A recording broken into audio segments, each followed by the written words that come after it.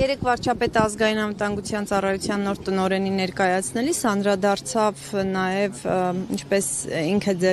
ձևակերպեց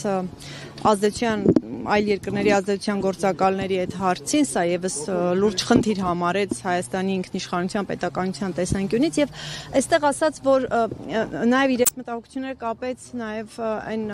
պնդման հետ, որ Հայաստանում այլ երկրի քաղաքացիներ, որոնք չունեն Հայաստանի քաղաքացիություն, Հայաստանում քաղաքական լուրջ պրոցեսներ գեներացնելու փորձեր են անում, ռադիկալ հայտարարություններով հանդես գալիս, ասաց լինելով ոչ Հայաստանի քաղաքացի, ես նախ խնդրեի դուք ասեք ում մասին էր խոսքը, ովքեր Հայաստանի քաղաքացի չեն, բայց Հայաստանում այդպես Հիմա ես ձեզ թվում է, ես հիմա պետք է ասեմ, այս ինչան, այս ինչ է, այս ինչան, այս ինչ է։ Լուրջ մտածում ես, որ ասենք ես տենց որևիցե քաղաքական գործիչ իրավունք ունի կամ տենց նախադեպ եղա։ Շոկ ջան, հարցը ձեր հարցը, ես ներողություն եմ խնդրում, բայց ձեր հարցի ես պատասխանը չեմ գտնում, որ լուրջ է, որովհետև քաղաքական գործիչը չի կարող քրեական կամ որևիցե կամ որևիցե դա նշանակում ստորակետ կամ որևիցե նմանատիպ մեղադրանքի մասին անուն տալով խոսել, եթե չունի դրա ապացույցները։ Ես միջև օրս դες բան չեմ արել։ Հիմա նույնիսկ ինչ-որ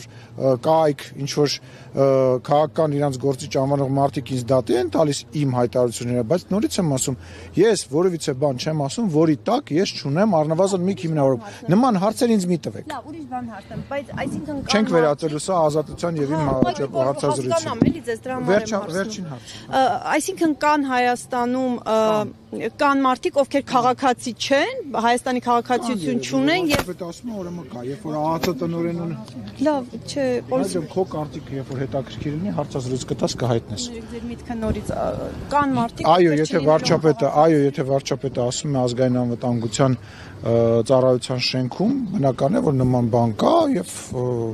դուք նենես չի, որ ես առաջինն եմ կամ վարչապետը առաջինն է, որ տես բան է ասում։ Իսկ չեք տեսել, որ ասում են Հայաստանի Հանրապետությունը դե իր անվտանգությունը չի կարող ապահովել, դրա համար պետք է ինքը անդամակցի որևիցե միության։ Չեք լսել տենց արտահայտություն։ Սա առաջին լսել եք, ես չգիտեմ դրա մաս դուք կոնկրետացում եք ուզում։ Ես ձեզ ասում, ես դրա իրավունքը չունեմ անելու։ Այլ հարց չունեմ։ Վերջացավ, Չէ, ասա։ Պարոն Սիմոնյան, օրեր առաջ Վեհարանում տեղի ունեցավ, ԱԱԾ աշխատակիցների ոստիկանության ներխուժում,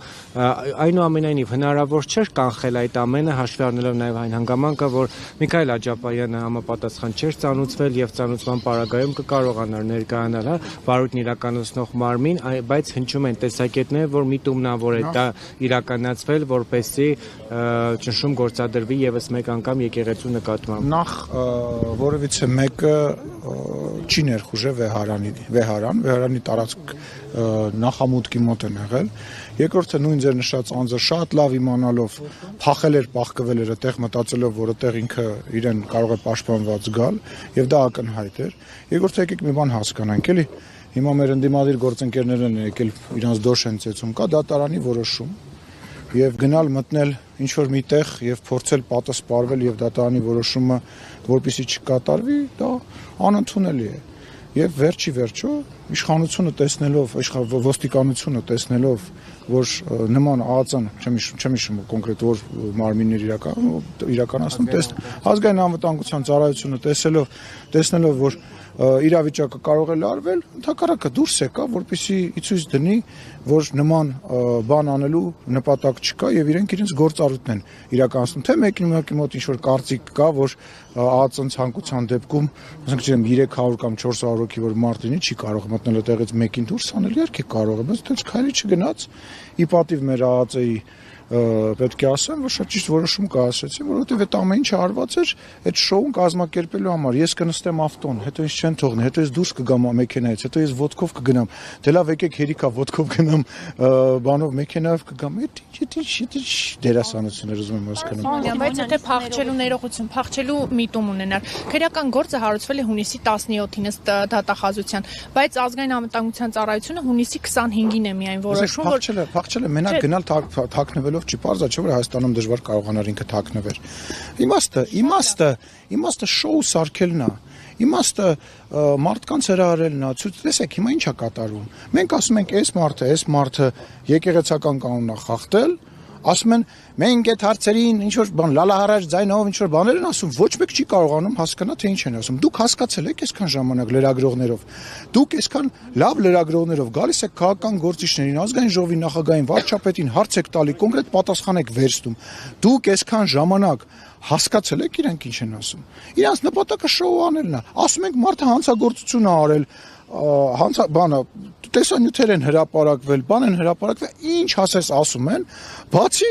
հստակ պատասխան տալուց։ Իրանց հորերին են, հերերին են հիշում, Աստվածաշնչից են խոսում, չգիտեմ, նախկիններից են խոսում, ներկաներից են խոսում, կոնկրետ ոչ մի բան չեն ասում։ Սա արվում է շոու անելու համար։